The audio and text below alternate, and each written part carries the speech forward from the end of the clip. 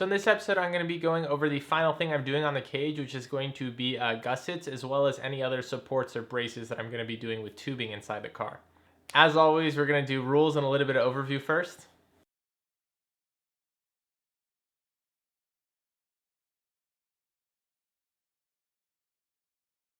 Okay, so let's start off with the most common question. What is the purpose of the gusset? The purpose of the gusset is to tie the cage into the rest of the chassis in order to reduce flex. Because when you have space in between the cage and chassis, basically the cage can stay where it's at and the chassis will basically flex around it because the cage is only attached to the 6 or 8 points that it is down below, which means that the entire top end can wiggle whatever the distance is between your cage and then the actual body of the car. So you use a gusset to tie those in between to one another so that way it gets rid of that flex. So let me just give you a quick run through of the gussets. So the only 3 areas allowed at FD to gusset your cage to your chassis is at the A pillar, B pillar, and then the roof structure. Within that, you can do the gussets wherever else you want to do inside the car. So a lot of people, they gusset their door bars right there, or they'll do a gusset around the joints of their X. So a couple key things to note is the first one, you could do a double gusset. So you can do a gusset on the outside like that, and then weld another gusset on this side over here. So it's basically like plated in on both sides. And you can do that to whatever you want on the car. But when you do that, there are holes over here, and then there's going to be holes on the other side of the Dimple Dying gusset. And this gusset is going to have raw metal on one side, and you're not going to be able to get your paint gun and actually paint the back sides of everything. So that's why I opted out to doing a double-sided gusset on this, because I knew that I wouldn't be able to paint the inside of the gusset, and I just don't like leaving stuff unpainted because of rust issues. Next gusset you can do is from your main hoop right here to your B pillar. You can do the same thing, you can do double on it. I didn't do it, of course, because I need the stock seatbelt right here. My cage also tucks up super tight that I thought it was kind of funny how like small the gusset would end up being. Not only that, but my cage fitment is so tight that every single one of the gussets here is going to be completely useless because the cage is already welded to the chassis right there, and right there. And from the rear support to the roof structure, it's making contact. So basically there's no flex whatsoever that's happening in this cage. So I don't even need any of the gussets here. And I kind of did this more of for aesthetics and to actually use my like $300 Dimple Die set that I had. Another common area is to put a Dimple Die gusset right where your door bars are. So a lot of people like to choose the middle section. Again, that's completely pointless. It doesn't really add anything to the cage by adding that. And when you do a Dimple Die gusset, it just introduces a whole bunch of holes where now rust can form inside, and you're gonna have a whole bunch of raw steel on your cage that's uncoated. Doing the gusset from the roof structure to the car itself, that's also a good idea. I've seen that done a few times. Again, my car's already welded there anyways, so it's absolutely pointless to put a gusset. Another good area to gusset, and where I believe NASA requires it, is that whenever you do a junction between an X like that, you actually need to make a gusset in between those joints right there. Anyways, that briefly covers gussets and then where the common areas to put them and why I've only chosen to do them on the A pillars and nowhere else on the cage. Next thing to move on to are the additional bracing done with tubing inside the cage. The only area I've done additional bracing to is in between the rear shock towers right here, and that's to act as like a rear shock tower brace. First reason for that is that's to make sure that the suspension does the flexing and not the chassis. Second reason is to make sure that the shock towers kind of always stay in a good position, because you know, if you end up wall tapping a lot of times, that'll end up knocking the shock tower in a little bit. So that's kind of like to prevent any actual structural damage to the car, is to put that brace there. Other common areas to brace. This X right here is an unnecessary brace. A lot of people brace from like this rear support or back base plate to the main hoop over there. You can also brace from the harness bar to that same area. You can then do an X within that. So you can have one bar there, one bar going over there. Then you can have one bar from that main hoop over to this base plate, and then one bar from that main hoop leg over to that base plate. So you have an X there. You can then also take tubing and then brace each and every single one of the corners. So you can brace from like, let's say right there to there, and then right there to there. That pretty much covers the main area to brace. So I'm gonna go over why you would or wouldn't want to do all that. First thing to think about is that everything adds weight, right? So if you wanna completely brace all of this back here, go for it. If you're trying to add like weight to your car to make a certain weight class, then you can a lot of times add it by adding unnecessary bracing in your car. For me, I tried to balance having a strong, safe, and rigid cage while at the same time having a light cage. So I felt it was fairly unnecessary to have that additional bracing all around here, as well as to brace each and every single one of the corners in there with tubing, because it seemed fairly overkill and it wasn't worth adding all that additional weight to the car for like probably an insignificant amount of increase in stiffness and strength. I would have probably noticed the weight more because each foot of the tubing that I'm using weighs 1.429 pounds, I believe. So if you add an additional 20 feet of bracing within the cage, you're looking at another 30 pounds of weight added to your car just in the cage. And that's the same reason I didn't do the gussets everywhere. My cage already fits really nice. The A-pillar gussets are already unnecessary as is because of how tight the cage fits the chassis. I've actually welded the cage to the chassis. So me having all those gussets just seemed like areas where the cage could possibly rust out from not having paint. Added time to fabricate everything, added complications, added weight, and just simply not worth it for what you gain. Of course, I didn't cover anything, but I hope that gave you a general idea of what we're going for right here and what the purpose is of everything, and the pros and cons to doing all of the bracing and gusseting. Next thing I'm going to do are create the A-pillar gussets. The first step in this process is, of course, making a template. So I got my cardstock. I have the cardstock filled up into the line over here. Take it here and follow the crease line.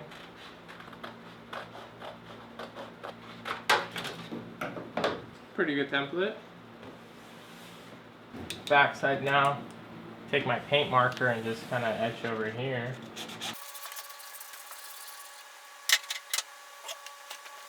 Now I have the backside of the gusset marked out.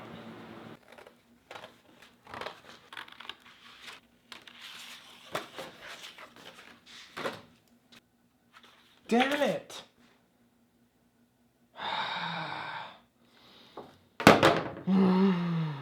Cut the wrong side. I cut the wrong side. I cut the wrong side.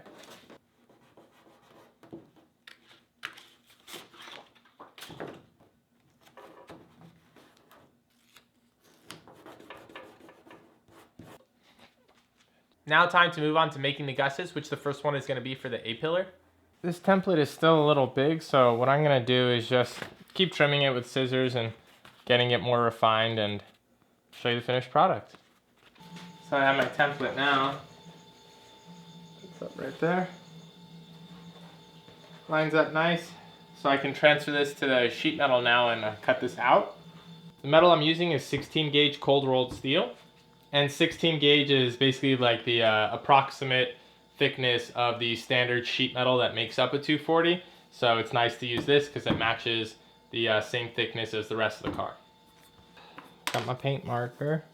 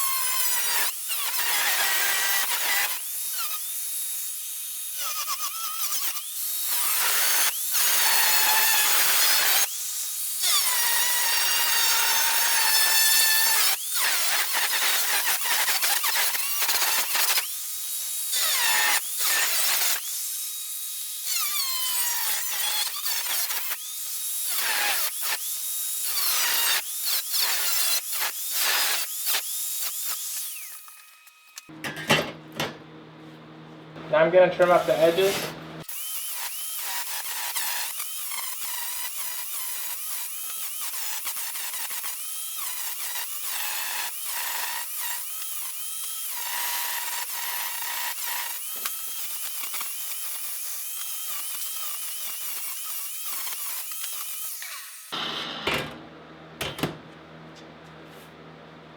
So I have the gusset now. You can see it mocked up right there. Basically, it stops at the halfway-ish point of the tube, which seems to be like a nice area where it goes flat and makes it nice to weld. Then of course the bottom here is going to fold down. So I just got to mark out where I'm going to put all the dimples at and then dimple it. So I'm going to briefly go over dimple dying right now, and dimple dying are basically those holes that you see on like, you know, like on the cage over there, there's basically like holes in sheet metal and then they have like a slight dimple to them. So basically the reason that you dimple die gussets is for weight reduction. So you're going to drill holes in the entire piece of sheet metal that you have, and that's going to reduce the weight of the item. But now since you've removed material, you've made the part less rigid. So what you do is you take a dimple die and then you dimple each hole. And sheet metal, when you put bends in it, it actually makes it stiffer so it has less flex. Same reason that you see like floor pans of cars, they always have like random bends and ridges in them, because if it was just flat sheet metal, it would buckle and flex all the time. But once you put bends in flat pieces of sheet metal, it actually adds strength to the item. So essentially you cut holes in the gusset to reduce weight, and then you dimple the gussets so that way you can add strength back to the item and then make up for it. I have my gusset here, and as you can see, I've already marked out all the holes where the dimples are going to go. The first thing I did was I figured out all the spacing I needed between each and every single one of the dimples. So I had my starting distance, and then I could mark that. And then from that, I figured out what my center to center gap needed to be. And then I went and marked that, and so I just continued doing that all the way down the length of the gusset. I then went back with a ruler, and at each and every single spot, I could measure the width across of the gusset, and then I could divide that width by 2, thereby getting the center of it. And then once I got the center point of it, I then took my center punch, and then I center punched where I needed to drill. So I've gone ahead and done that for all 17 of these. That way I now have a center punch at each and every single point where I need to drill a hole for the dimples. I have an 1/8" drill bit, and now I'm going to go through it and create pilot holes.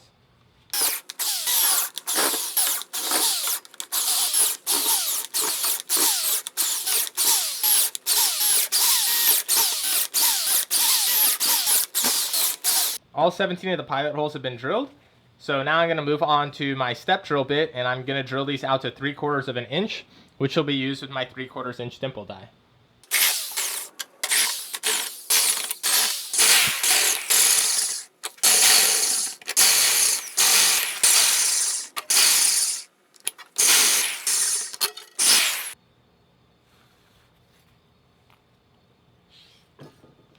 Here's my gusset before adding the dimple dies. See how much it flexes and stiff it is.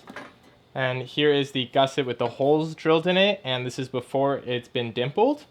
And this you can actually flex a lot easier, of course, because less material there, not as strong.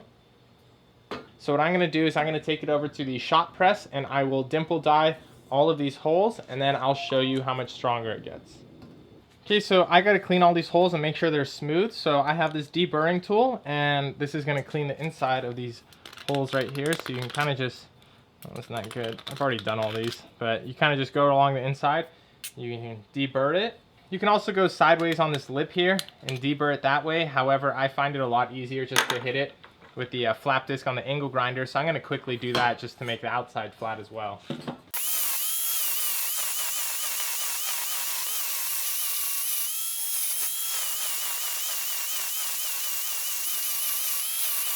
Now as you can see, I can put my fingers in here and they don't cut me or anything, so that's what I want. So I have my 3/4 of an inch dimple die over here. I like to oil it up before using it. Tends to make the metal slide better. That's what you want. You don't want friction. Of course, just got to make sure that the top of the gusset is actually going to be at the top, and all the orientation of everything is going to be correct. So this is correct. And I will drop this here.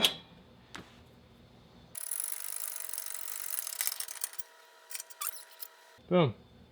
There's my one dimple die.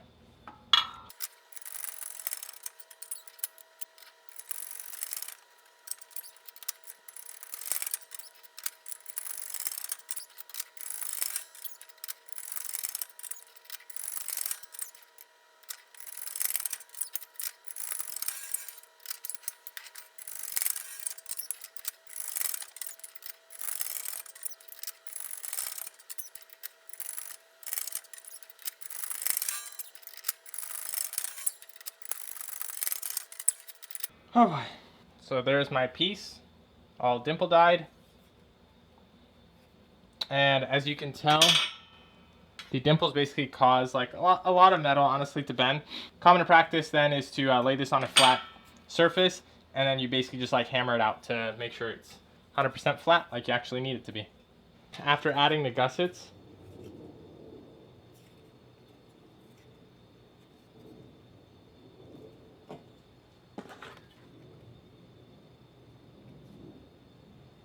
see the twist.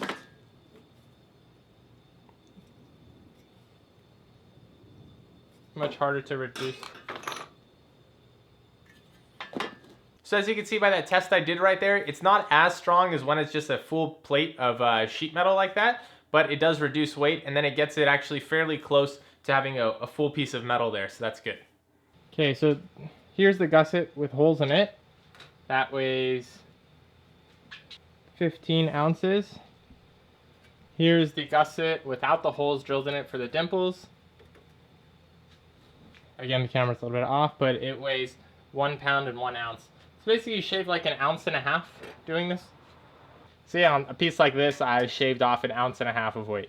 Now I've taken my ruler and my paint marker, and I've marked 1-inch increments across both gussets and marked which areas I'm gonna weld. So I'm gonna stitch weld this in place and do 1-inch beads and skip and have 1-inch gaps. I've prepped the metal over here, gotten it down bare, rubbed it down with acetone. So I'm just going to mock the gusset up over here and weld it in place. Heads up, I didn't have all the welding shots of the gussets because the GoPro, the card needed to be reformatted, but I have most of them, so here they are.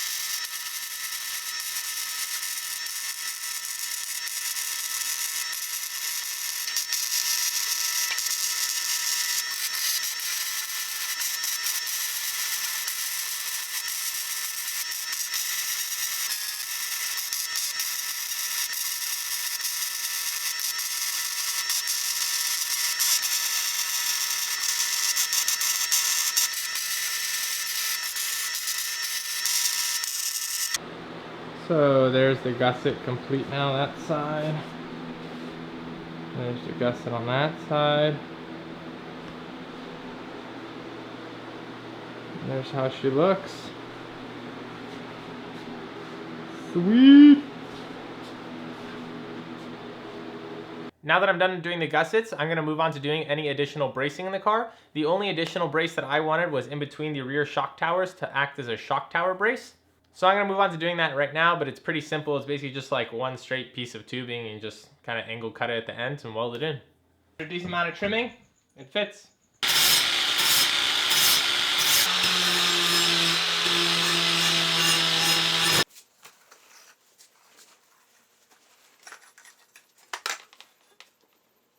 So as you can see, all that dirt right there, all of that came out from inside the center of the tube, which is why I always clean my tubes before I weld them in, because stuff like that bothers me.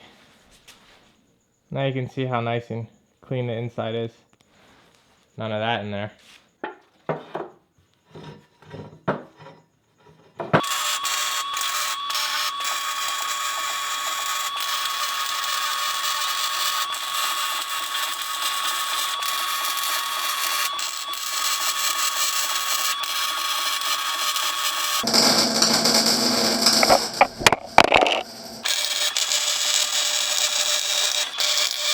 Strut tower brace has been welded in right now. Honestly didn't do that good of a weld over there. I don't know why, but at least the rest of the roll cage is good, but for some reason that brace is not. Oh well. So that is that. The cage is finally done now. All I did was paint it, and yeah, final product came out great. Here's how it is now. That's it. Yeah, that's it.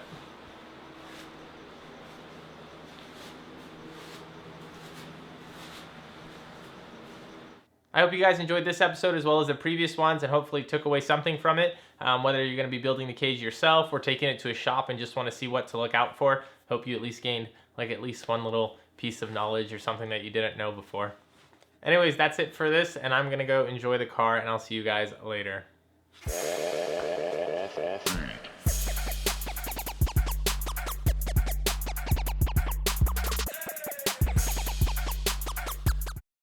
Sifters and number improved. This is a number one bird. This is a number one bird.